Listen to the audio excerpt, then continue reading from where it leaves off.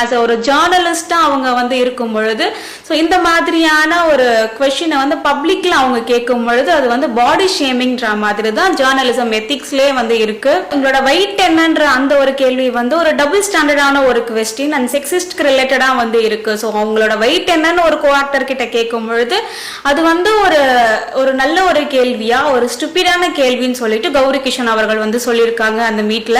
இதையே வந்து ஒரு டிஸ்ரெஸ்பெக்ட்னு பாத்தீங்கன்னா ஒருத்தவங்களோட பர்சனல் பிரைவசின்றது வந்து அவங்களோட பாடி ஆர் வெயிட் என்னனாலும் இருக்கட்டும். ஸோ அவங்களோட அந்த உடல் அமைப்பை வந்து ஒரு பர்சனல் மேட்டர்ஸை வந்து நம்ம பப்ளிக்ல வந்து கேட்க முடியாது. அதுவும் வந்து ஒரு ரிப்போர்ட்டரா இருக்கும்போது இந்த ஒரு கேள்வியை கேட்டது வந்து ஸோ அது ஒரு டிஸ்ரெஸ்பெக்ட்ஃபுல்லா தான் வந்து அவங்களுக்குமே வந்து இருந்திருக்கும்.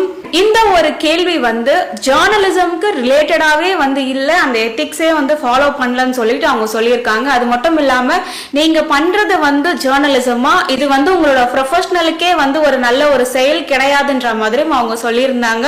கௌரி கிஷன் அவங்களுமே வந்து ஒரு ஜேர்னலிசம் பேக்ரவுண்ட்ல இருந்து தான் அவங்களும் வந்திருக்காங்க.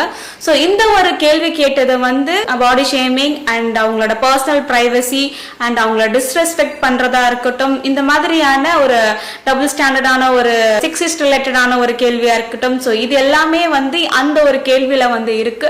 ஸோ ஒரு பிரஸ் கான்ஃபரன்ஸ் மீட்னும் பொழுது தனிப்பட்ட